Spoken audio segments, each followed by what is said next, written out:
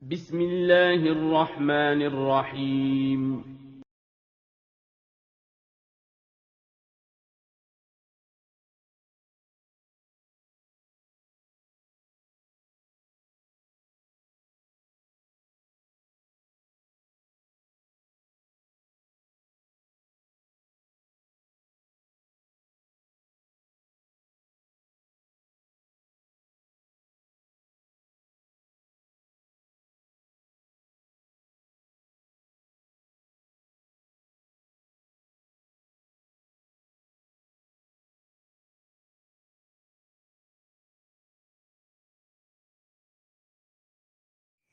Bismillahirrahmanirrahim. Assalamualaikum warahmatullahi wabarakatuh.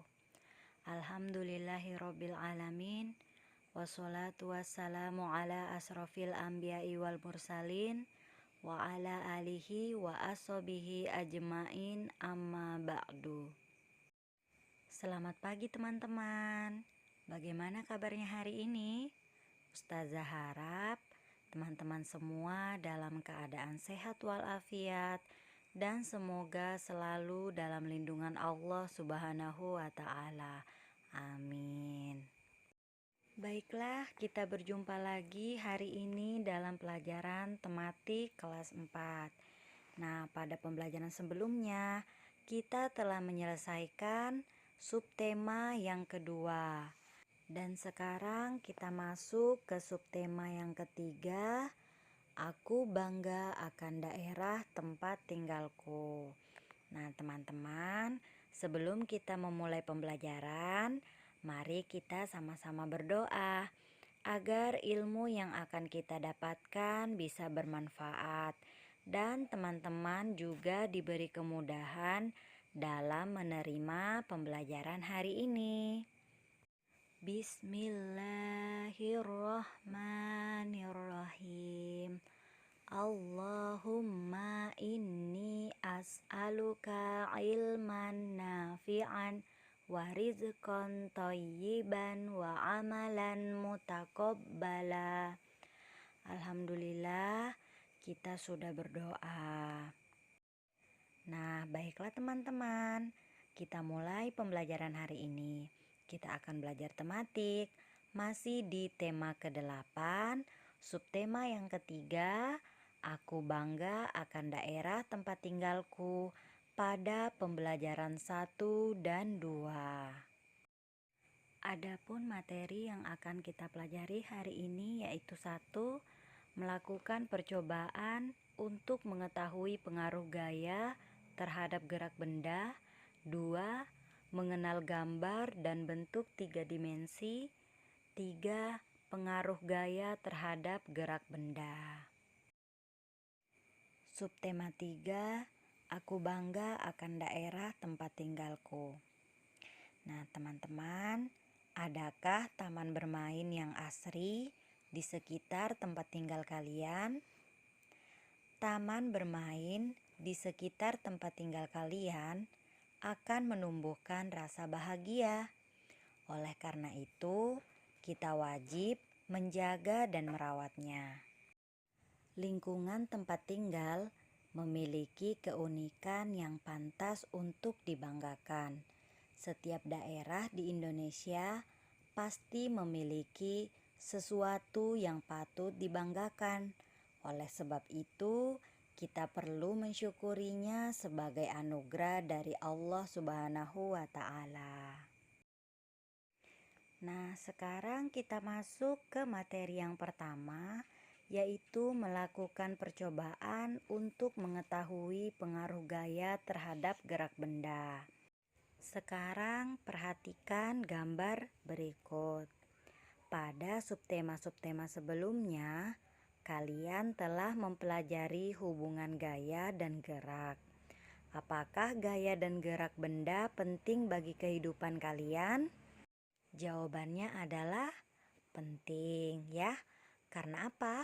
Karena dalam kehidupan kita, gaya dan gerak dapat membantu kita melakukan sesuatu. Jadi, jika tidak ada gaya dan gerak, kita tidak bisa melakukan sesuatu.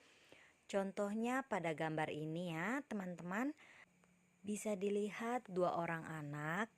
Satu anak sedang mengendarai sepeda, naik di sepeda, dan satunya terlihat seperti mendorong ya.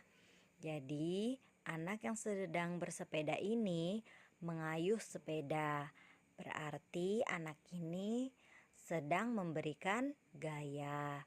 Dan anak yang di belakangnya sedang mendorong. Artinya anak yang mendorong itu juga memberikan gaya pada sepeda. Jadi kedua anak tersebut memberikan gaya terhadap sepeda, sehingga sepeda tersebut bisa bergerak. Jadi teman-teman bisa melakukan percobaan di rumah ya, untuk mengetahui pengaruh gaya apa saja yang bisa mempengaruhi gerak suatu benda. Kita lanjut ke materi yang kedua, yaitu mengenal gambar dan bentuk 3 dimensi. Indonesia memiliki bermacam kerajinan tradisional yang bernilai luhur. Kerajinan tersebut patut kita syukuri dan lestarikan. Salah satu kerajinan tradisional tersebut adalah kerajinan gerabah. Gerabah termasuk karya seni 3 dimensi. Benda-benda 3 dimensi tersebut dapat kita gambar. Bagaimana caranya? Nah, kita akan mempelajarinya pada subtema ini ya.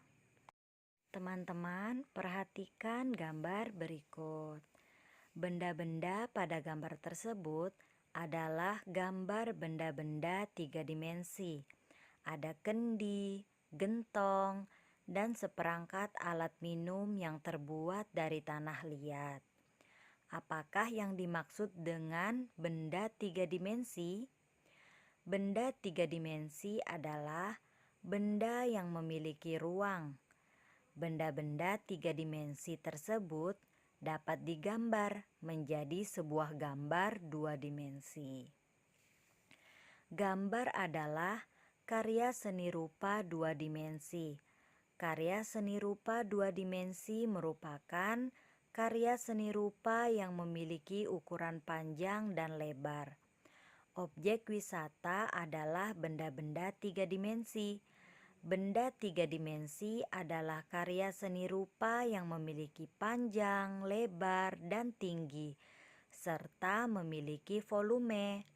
Unsur volume inilah yang menjadi pembeda antara benda 2 dimensi dan benda 3 dimensi.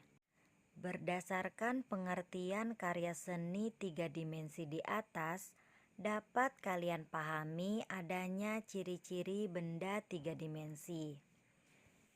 Ciri-ciri benda 3 dimensi. 1. Benda 3 dimensi mempunyai panjang, lebar, dan tinggi. 2.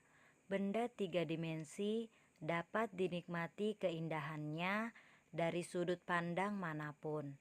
3. Benda 3 dimensi memiliki volume.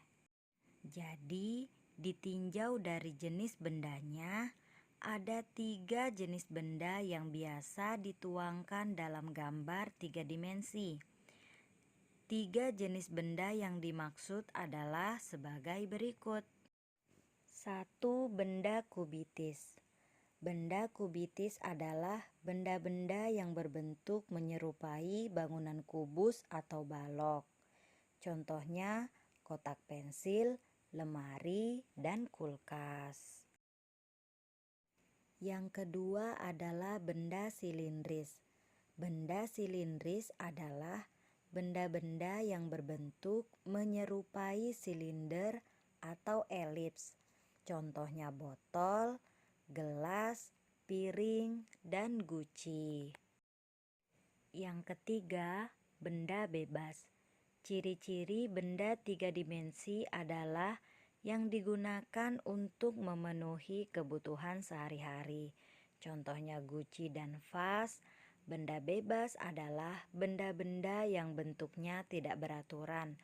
Contohnya buah-buahan, pepohonan, batu-batuan, dan benda alam lainnya. Teman-teman, kita masuk ke materi yang terakhir, yaitu pengaruh gaya terhadap gerak benda. Amatilah dua gambar berikut. Gambar pertama, seorang atlet olahraga panahan yang tengah membidik sasaran. Nah, apa hubungan antara gaya dan gerak dalam gambar tersebut? Nah, pada gambar tersebut, besarnya gaya tarik pada karet dan tali busur mempengaruhi kecepatan gerak benda. Jadi, semakin besar gaya tarik, semakin cepat anak panah bergerak.